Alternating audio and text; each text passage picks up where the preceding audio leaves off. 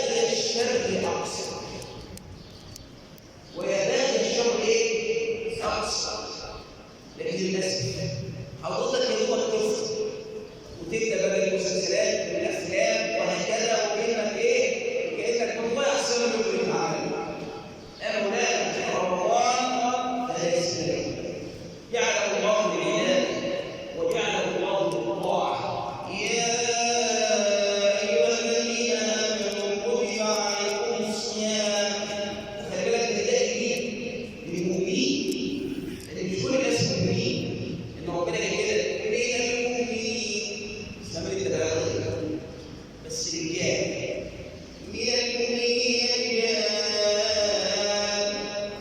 صدقوا ما عاهدوا الله عليه فمنهم من قضى نحبه ومنهم من ينتظر وما بدلوا تبديلا.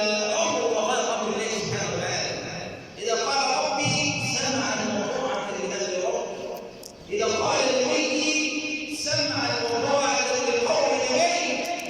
انما حضرتك للاسف مشيت ورا داعي الشر، ورا اللي بيقول لك الشر. رمضان شهر العباده، لابد ان تري الله عز وجل بخيرا. يا ايها الذين امنوا كتب عليكم الصيام كما كتب على الذين من قبلكم لعلكم تتقون. هذه السببين لعلكم ايه؟ لعلكم تتقون. وبعدين ربنا يوصف اياما معدودات، ايام من الثواب. ايه بسرعه رمضان حبايبي؟ النهارده مثلا 10 او 11 خلاص هو خلص بالنسبه لك. فلا بد ان تحسس بالمجد، لا بد ان تقول الله عز وجل بالخير. خلي بالك الفرق بين الصيام الفقهي والصيام السلوكي. سمعنا صلى الله عليه وسلم.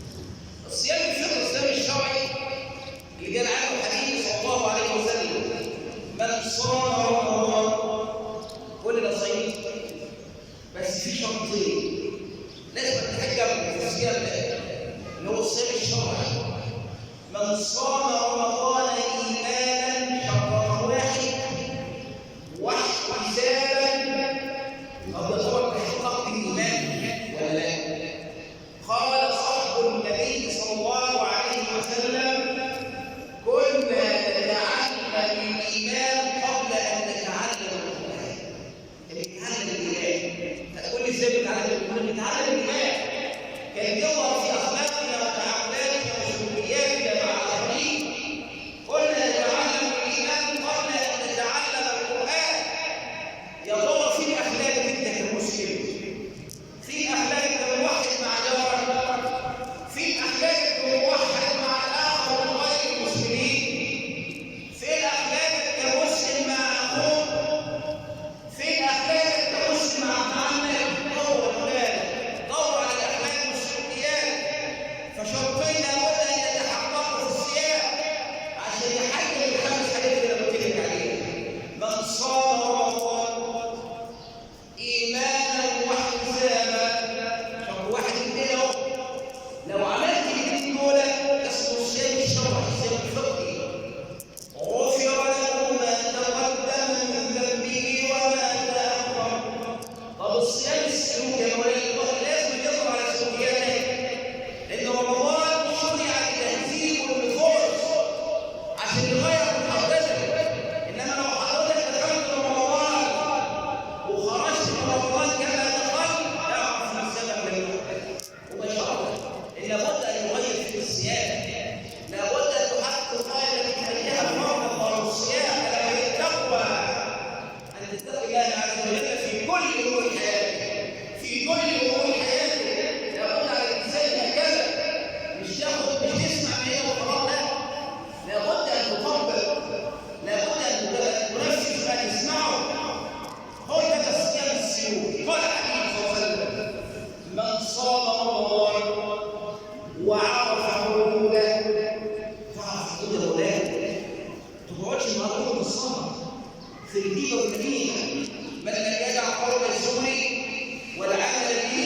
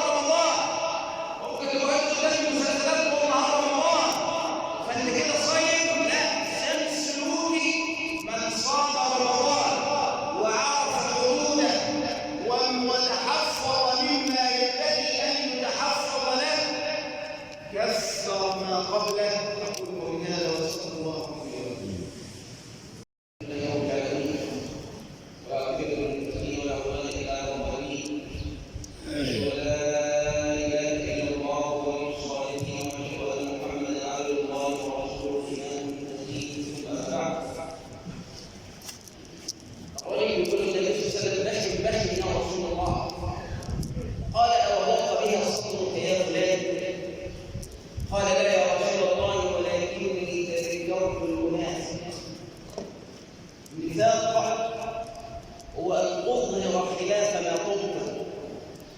يبقى هو غل وحقد وحسد وكراهيه وبغضاء ويجيب لك ده انت حبيبي، اسمه النفاق. هذا هو النفاق الذي حذرنا الله تبارك وتعالى منه، وحذرنا رسوله صلى الله عليه وسلم.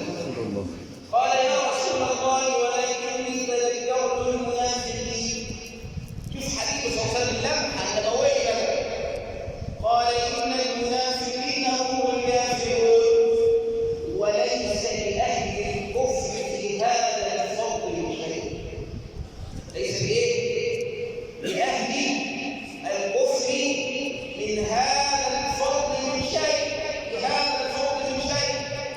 خد بالك الحديث ده في الترغيب والترهيب من طريق ابن عباس رضي الله عنه، وده يسمى من الاحاديث المناميه لرسول الله صلى الله عليه وسلم، زي الحديث بتاع شهادة الهدى وقواته. النبي صلى الله عليه وسلم يقول كنت نائما فإن رجلان يأتيان فقال انهضت معه فأتياني عند مكان واحد جبل مرتفع فقال اصعد. قلت إني أطيق وأنا ما أقدرش أصعد الجبل ده. قالوا أما نحن فسنيسره له. المهم إنك تحط رجلك على الطريق، المهم يا مولانا إنك تحط رجلك على أول طريق الله عز وجل، مش تقعد تقول بكره هصلي وبعده هتوب وبعده لحد ما تأتيك الملائكة تموت وأنت في غفلة عن الله. كان من دعاء سيدنا عمر يقول اللهم لا تدعنا في غمرة ولا تأخذنا على غرة، ما تاخدناش فجأة يا ربي، ولا تجعلنا من الغافلين. يا رب في ايه؟ لا تجعلنا من الغافلين. فالإنسان دايما يكون منتبه، حط رجلك على أول الطريق. قالوا أما نحن فسنيسره لك. قال حتى إذا كنت في سواء الجبل في منتصف الجبل قال فسمعت صوتا يشبه رواء الكلاب. خلي بالك الفرق بين الإنباح والرواء في بعد الوسيط. الرواء هو الإنباح المستمر، إنما الإنباح هو يسقط المنقطع. قال فسمعت رواء يشبه رواء الكلاب. قلت من هذا الصوت؟ قالوا إنه عواء أهل النار. تشبه أهل النار بإيه؟ بالله أهل النار. شبههم كده عواء أهل النار. قال فمررت فرأيت أقواما معلقين بعراقيهم زي الجنح كده معلق، مشققة أشداقهم، الجلد بتاع الفم ده. قلت من هؤلاء؟ قال هؤلاء الذين يفطرون قبل تحلة الصيام. يعني زمان يقول لك صيام الشباب، صح ولا لا؟ يفطر ده بعيد يومين، كان عم يضحك عليه الشباب. يقول لك صيام مش عارف ايه. في كثير من الناس يفطرون في رمضان وهم لا يعلمون. مفطر ايه؟ قول زور، شهاده